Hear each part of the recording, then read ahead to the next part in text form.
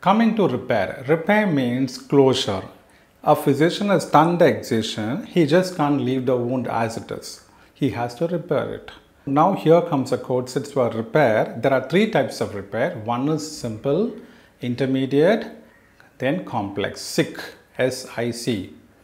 This intermediate is also called a layered repair or a layered closure. Repair and closure are terms that can be used interchangeably. Okay, so a physician, he is doing an excision of the lesion on the right arm and then he is going to do a simple repair. You will have to code only for the excision because a simple repair is bundled into the excision. Whenever a physician does an excision, he should also repair it. So there is no separate reimbursement for the repair while doing an excision procedure. But if the physician is doing a intermediate repair or a layered closure, in that case you can give credit for the physician's work by adding the code for intermediate repair also. Do you understand? So all excision includes simple repair. That's it.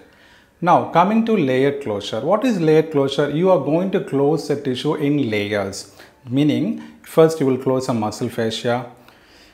Then you go close the epidermis and then you'll go for the epidermis, epidermodermal junction. Okay, this is how it is. Subcutaneous, muscle, then you can go for the epidermal or a dermal repair.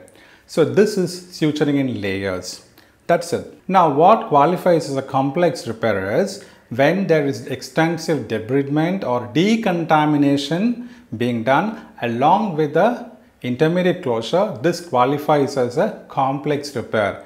Many doctors have this misconception. You know what? According to them, intermediate, they would say it's a two-layered closure. So for a third layer closure, they go with a complex closure. That is incorrect. Unless there is an extensive undermining. Mere undermining is bundled into the intermediate repair. There should be an extensive undermining. Then you can go for a complex repair. Can you understand?